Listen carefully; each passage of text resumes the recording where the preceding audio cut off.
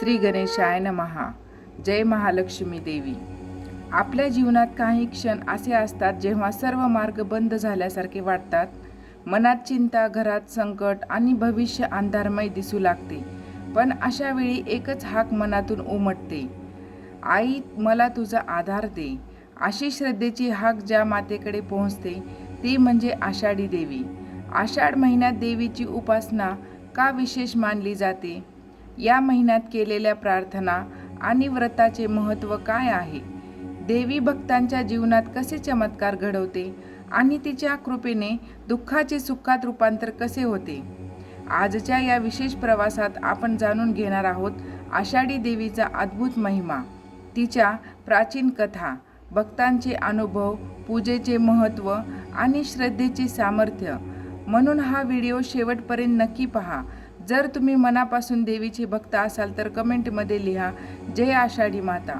चला आता भक्ती, श्रद्धा आणि देवीच्या कृपेच्या या पवित्र प्रवासाची सुरुवात करूया. आषाढ महिन्यात आदिशक्ती देवीच्या पूजेला आणि साधनेला हिंदू धर्मात अत्यंत महत्त्वाचे स्थान आहे. हा महिना केवळ निसर्गाच्या नवचैतन्याचा काळ नसून आंतरिक शुद्धी आणि शक्ती उपासनेचा पवित्र काळ मानला जातो. आषाढ गुप्त नवरात्री आणि देवीचे महत्त्व काय आहे? आषाढ महिन्याच्या शुक्ल पक्षात गुप्त नवरात्री साजरी केली जाते. या 9 दिवसामध्ये देवीच्या अत्यंत शक्तिशाली रूपांची साधना केली जाते. 10 महाविद्या साधना आहे. गुप्त नवरात्रीत देवीच्या मुख्य 10 रूपांची महाविद्या पूजा होते, ज्यामध्ये माता काली, तारा, त्रिपुरारी सुंदरी, भुवनेश्वरी, छिन्नमस्ता, त्रिपुरी भैरवी, धूमावती, बगलामुखी, मातंगी आणि कमला यांचा समावेश आहे. वाराही देवी पूजा. आषाढ नवरात्री ही विशेषतः देवी वाराही भगवान विष्णूंच्या वराह अवताराची शक्ती यांच्या पूजेसाठी अत्यंत फलदायी आहे. त्या भक्तांचे संकट आणि शत्रूपासून रक्षण करते.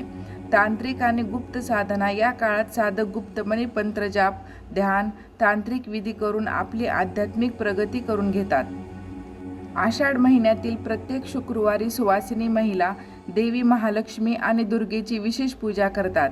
या दिवशी घरामध्ये दिवा लावून सुख, समृद्धी आणि आरोग्यासाठी प्रार्थना केली जाते. शेजारील तेलंगणा राज्यात आषाढ महिन्यात जगदंबा देवीला म्हणजेच महाकाली निवेद अर्पण करून मोठा उत्सव साजरा केला जातो. मरियाई आणि सातेरी देवीची पूजा. महाराष्ट्रातील ग्रामीण भागात आणि कोकणात पूजा केली जाते. आषाढ महिना हा भक्ती, साधना, संयम आणि ईश्वर भक्तीचा महिना मानला जातो. या महिन्यात पावसाळ्याची सुरुवात होते. जशी धरती पावसाच्या रसरीने तृप्त होते तशीच भक्तांचे अंतःकरण ईश्वर भक्तीने तृप्त होतात. आषाढ महिन्यात अनेक महत्त्वाचे धार्मिक उत्सव येतात. आषाढी एकादशीला लाखो वारकरी पंढरपुरात विठ्ठलाच्या दर्शनासाठी जातात. त्याचप्रमाणे या महिन्यात गुप्त नवरात्रीचीही साजरी केली जाते. अनेक साधक या काळात देवीची उपासना, जप, ध्यान आणि व्रत करतात. धर्मग्रंथामध्ये आषाढ महिना हा आत्मचिंतन, सदाचार आणि ईश्वराच्या स्मरणासाठी अनुकूल मानला आहे. या काळात दुर्गा मातेची आराधना करतात आणि तिच्या 9 स्वरूपांचे पूजन करतात. दुर्गा माता ही शक्ती, धैर्य आणि करुणेचे प्रतीक मानली जाते. देवीची भक्ती केल्याने मनात आत्मविश्वास वाढतो आणि संकटांना सामोरे जाण्याची शक्ती मिळते, अशी भक्तांची श्रद्धा आहे. या काळात अनेक जण ओम दुम दुर्गाय नमः या मंत्राचा जप करतात. दुर्गा सप्तशतीचे पठण करतात आणि श्रद्धेने देवीची आरती करतात. उपासना ही श्रद्धा आणि सदाचारासह केली तर तिचे आध्यात्मिक महत्त्व अधिक वाढते. आषाढ महिन्याची अधिष्ठात्री देवी म्हणजे जगदंबा दुर्गा असे सर्व हिंदू धर्मग्रंथामध्ये एक समान विधान आढळत नाही. मात्र आषाढ गुप्त नवरात्रीमुळे या महिन्यात दुर्गा मातेची विशेष पूजा केली जाते.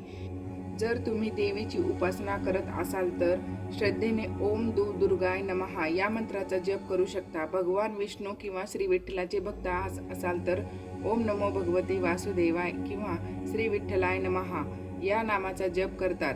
भगवान शिवाचे भक्त ओम नमः शिवाय या पंचाक्षरी मंत्राचा जप करतात. दत्त भक्त ओम श्री गुरुदेव दत्त या मंत्राचा नामस्मरण करतात. जप करताना संख्या महत्त्वाची नाही, मनातील श्रद्धा, एकाग्रता आणि सातत्य अधिक महत्त्वाचे आहे. काही मिनिटे मनापासून केलेले नामस्मरण ही मनाला शांती आणि सकारात्मकता देऊ शकते. आषाढ महिना आला की वातावरणात भक्ती, साधना आणि ईश्वर स्मरणाची एक वेगळीच ऊर्जा जाणवते. या महिन्यात येणाऱ्या गुप्त नवरात्रीमुळे अनेक भक्त जगदंबा दुर्गा मातेची पूजा करतात. आदिशक्तीचे स्वरूप मानल्या जाणाऱ्या दुर्गा माता यश, शक्ती, करुणा, धैर्य आणि धर्मरक्षणाचे प्रतीक आहेत. जर तुम्ही दुर्गा देवीची उपासना करत असाल तर कमेंटमध्ये जय दुर्गा माता लिहायला विसरू नका. चॅनलला सबस्क्राईब नक्की करा. ओम दुर्गाय नमः.